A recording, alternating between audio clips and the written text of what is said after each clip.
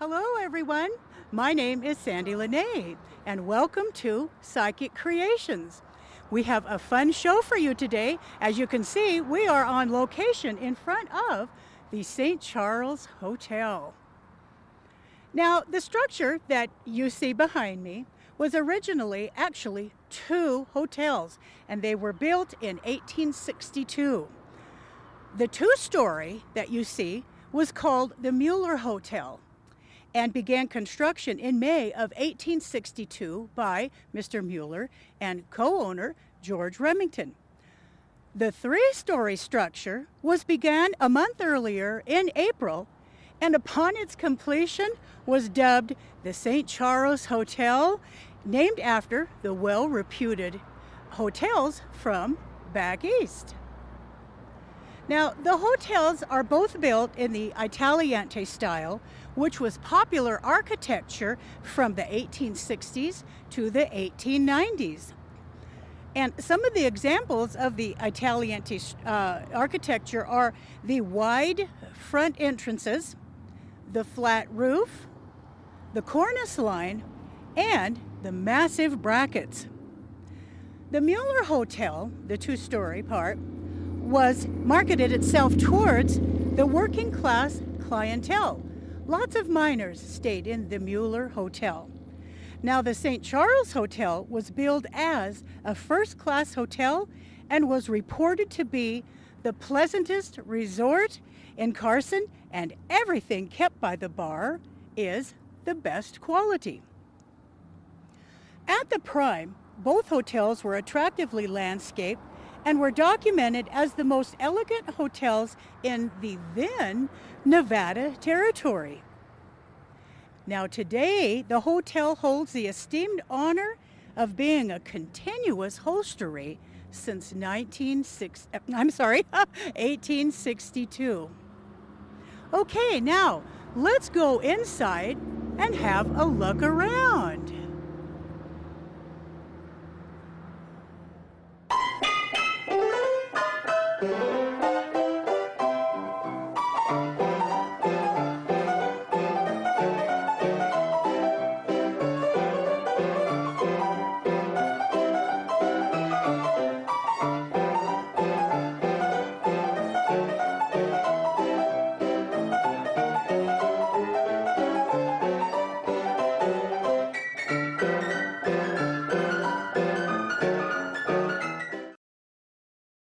And now we are inside of the historical St. Charles Hotel. At this wall, now archway, is the dividing point of the two hotels.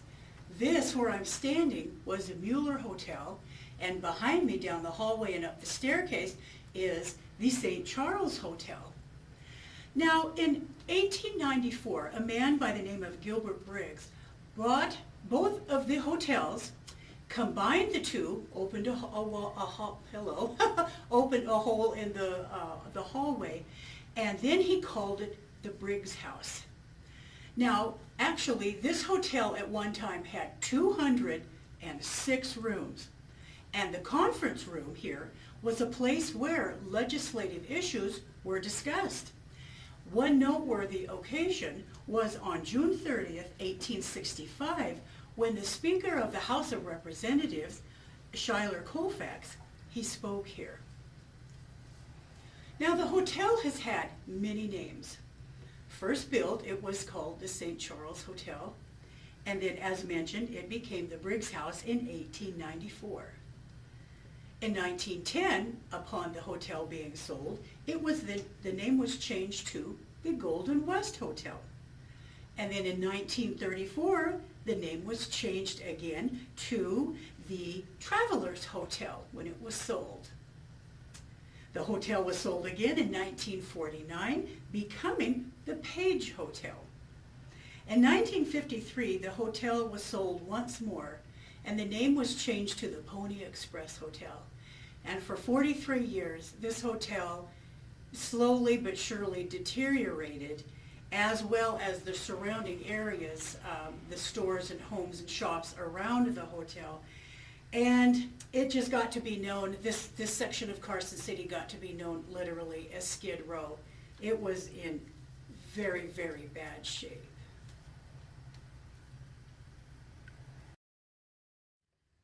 Now we are in one of the main hallways of the St. Charles Hotel section of the hotel.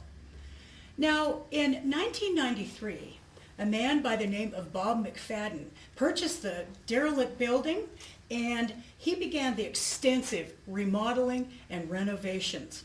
For 10 years, McFadden, I'll edit this, let me get my thoughts here. Okay. For 10 years, McFadden bought not only the hotel, but the surrounding buildings as well. And he pulled everything out of its squalor, and he returned the name of St. Charles Hotel back to this building.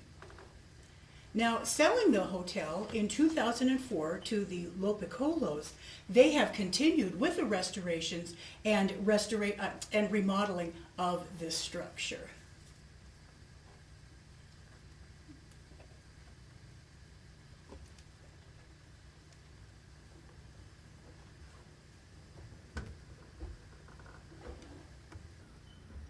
Now, in this hotel, several noted personalities have either worked here or stayed here or even lived here. And they include the 1870 state treasurer, George Tuffley, the famous stagecoach driver, Hank Mung, and of course, journalist Mark Twain, and the crew of the 1897 Corbett Fitzsimmons boxing match. They stayed here too. Rodeo showgirl Ada Menken, she stayed here quite often when she was doing the rodeo shows in the Carson City area. And also actor and director Clint Eastwood. He stayed here, and he had a movie called Honky Tonk Man that was partially filmed here. He and his son Kyle. There's 2 rooms on the back side of this hotel. That's where the ending parts of the Honky Tonk Man movie was filmed. Now also, the heavyweight boxing champion, Larry Fighting Irish Pat Duncan, he lived his last 8 months of his life here in this hotel.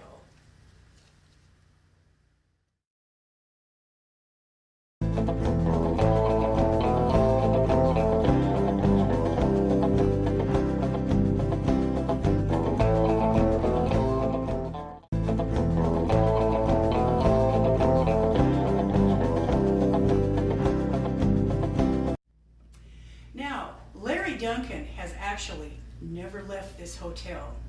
This staircase that I was standing in, he is seen there often. We captured his energy orb many times on our film and on our still pictures. And also too, when we have our recording devices, we capture his wonderful voice on our digital and tape recorders. Now, in this room that I'm standing in, this happens to be one of the newly remodeled rooms, and which you can rent and stay in. This happens to be a suite, as it has its own kitchen along with the room, bathroom, and a very large closet.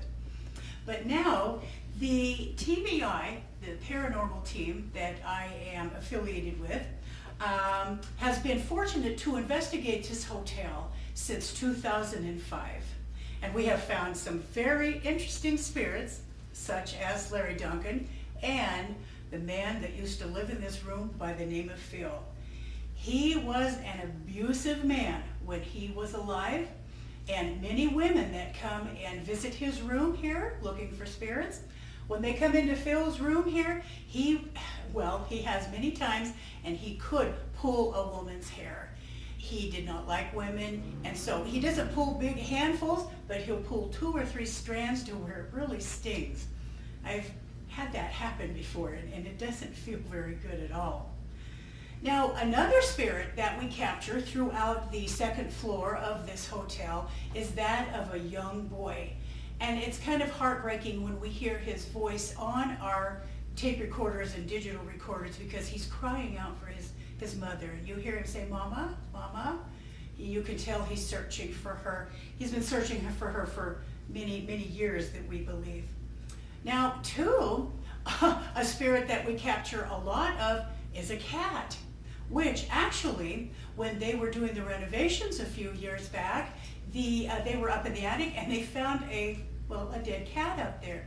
And many, many years now, we and other investigators have seen a cat scampering around, and also we get lots of meows on our digital and tape recorders and on the audio portion of our videos. It's really cool. Now, there's one story that I love to talk about, a spirit that's up on the 3rd floor. I discovered her in 2006, and she's really quite the thing. When I first discovered her, I noticed that she was wearing clothing from probably about the late 1880s, yellow dress. It was pretty dirty, and she was angry. Oh, she was so mad. And so, being I have the ability to where I can see those that have crossed over and communicate with them, I asked her, I said, "Why are you so angry?" And she told me in no uncertain terms that she was angry because her lover shot her before he paid her. So I guess she is still here waiting to get her fee. Now, outside of those spirits, of the elderly spirits that we have seen in here, we have found a lot more of the residents that lived here and crossed over here. They still remain here. Now, in room 210, right down the hall from Phil's room here, was a man by the name of Norm. He used to laugh all the time. And he crossed over because he was ill, and on our recorders, when we go into his room, we still capture him laughing. It's really fun to listen to your recordings later and actually hear a man, his laughter. That's pretty cool. Now, in room 211, we have an elderly gentleman that was ill too, and he crossed over, and his name is Steve. Now, he loved to have company, and when you go and visit in his room, you might want to think about propping the door open, because he will close the door and lock it, and you cannot get out of his room. He doesn't want you to leave. So if that actually happens, just stand there and knock on the inside of the door and wait till someone lets you out, because Steve won't.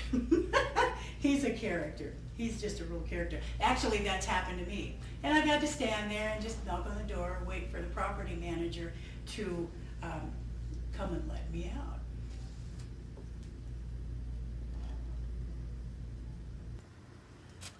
Now, on the 2nd floor, where we just were, we have captured an awful lot of paranormal activities on our cameras and recording devices. But the 3rd floor, where we're standing on now, oh boy, I'll tell you, this floor up here offers a lot of very, very strange activities, paranormal captures up here. It's very interesting up on this 3rd floor.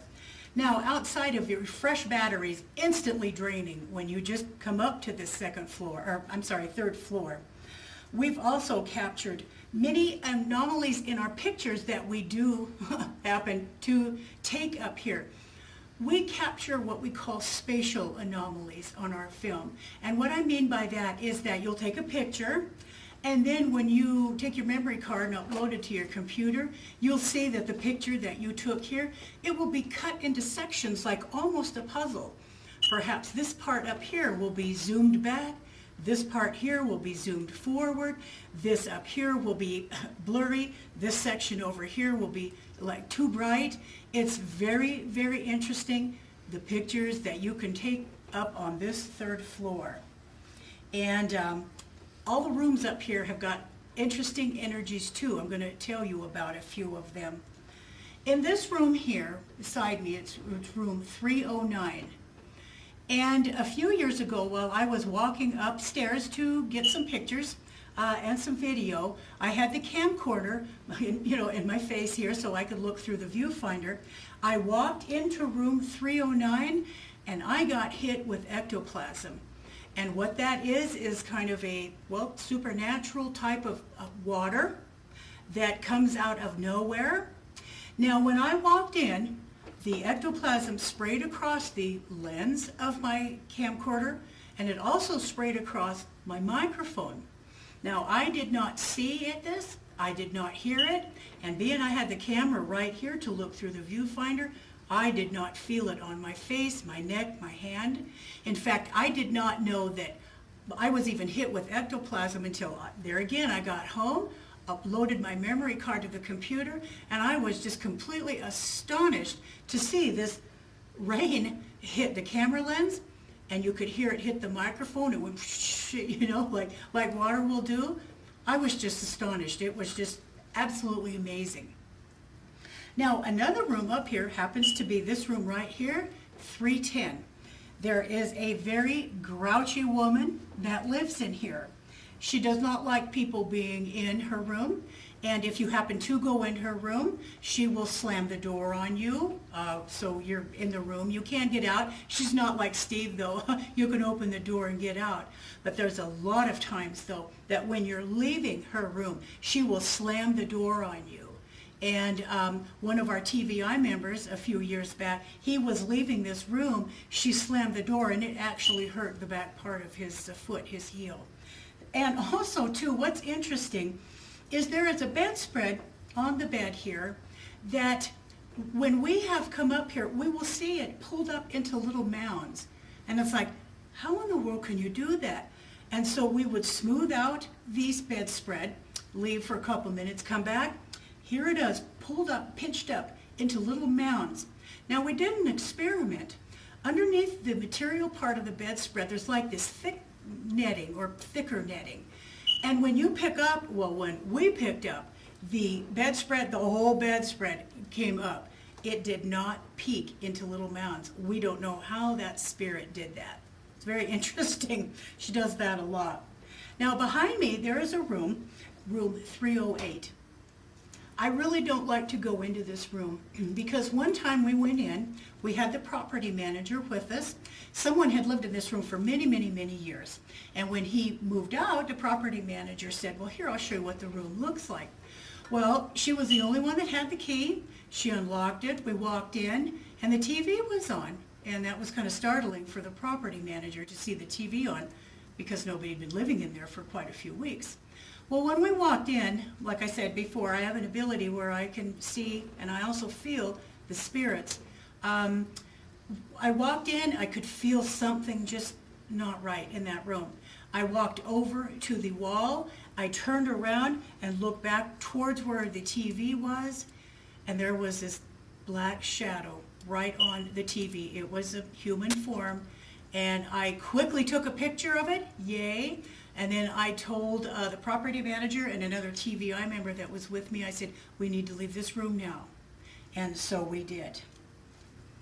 Now, also, there's been many times where in these rooms that I spoke of, and also in this hallway, that we've set up surveillance cameras, and we get all kinds of floating anomalies all over the place.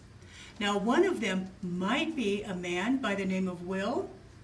He used to live here at the end of this hallway in a room. He was ill, and so he crossed over. But he guards this hallway like you wouldn't believe. If you come up here and you take many pictures, you will see his energy orb up here in all of your photos. And we believe, and well, we think and we believe that some of the floating anomalies that we've captured on our video cameras is probably Will getting into the picture saying, here I am, I'll say cheese.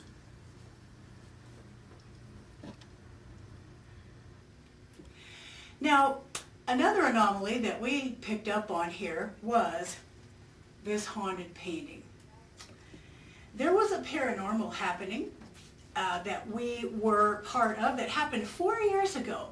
It was right after it took 4 years in the making to get an end result for the paranormal happening that we discovered in 2005.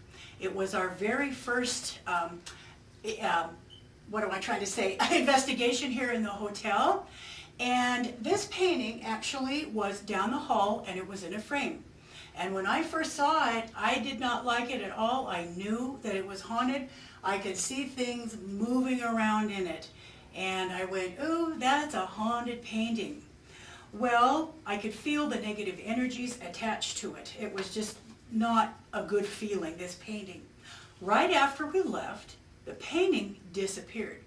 The property manager, Linda, she searched for it everywhere and it was just nowhere to be found.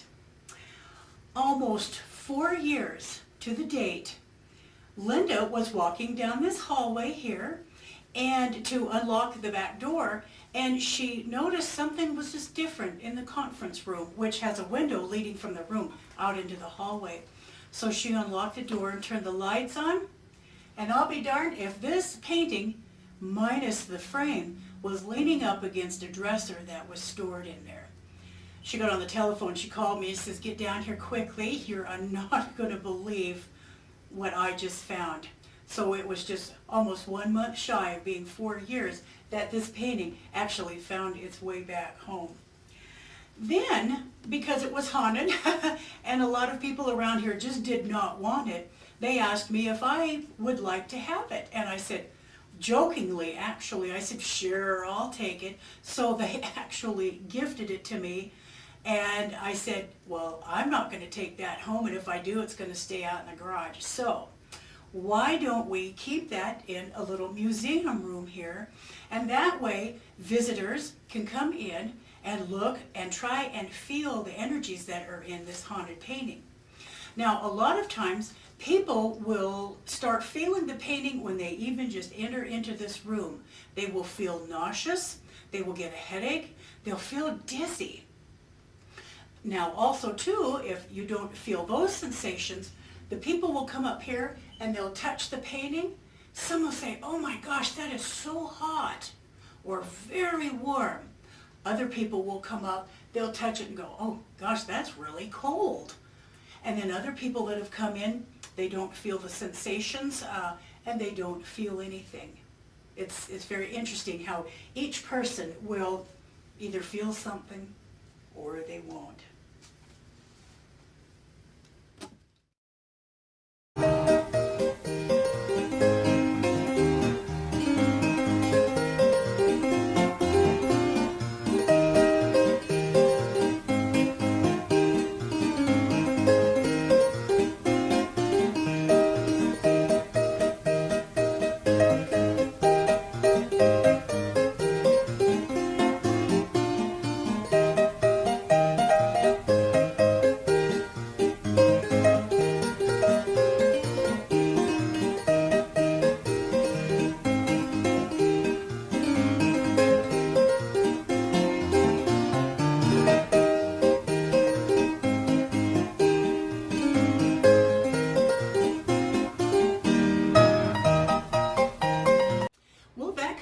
Our tour of the St. Charles Hotel.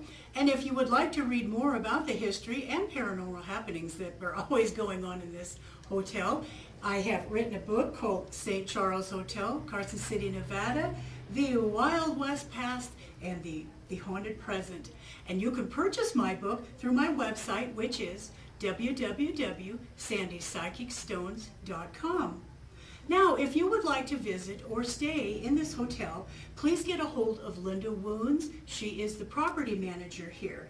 And it is the St. Charles Executive Suites at 775-882-1887. And the hotel is located at 310 South Carson Street. Please note that if you do come to visit, let Linda know, because there are residents and of course guests staying here, and respectfully you need to be quiet and not bother the residents that live here. That's just the respect for them. Thank you for watching Psychic Creations. Can't even remember the name of my show. And once again, my contact information is www.sandypsychicstones.com if you would like to purchase a book or if you would like to have a psychic stone reading. I'm Sandie La Nae, and we'll see you next show.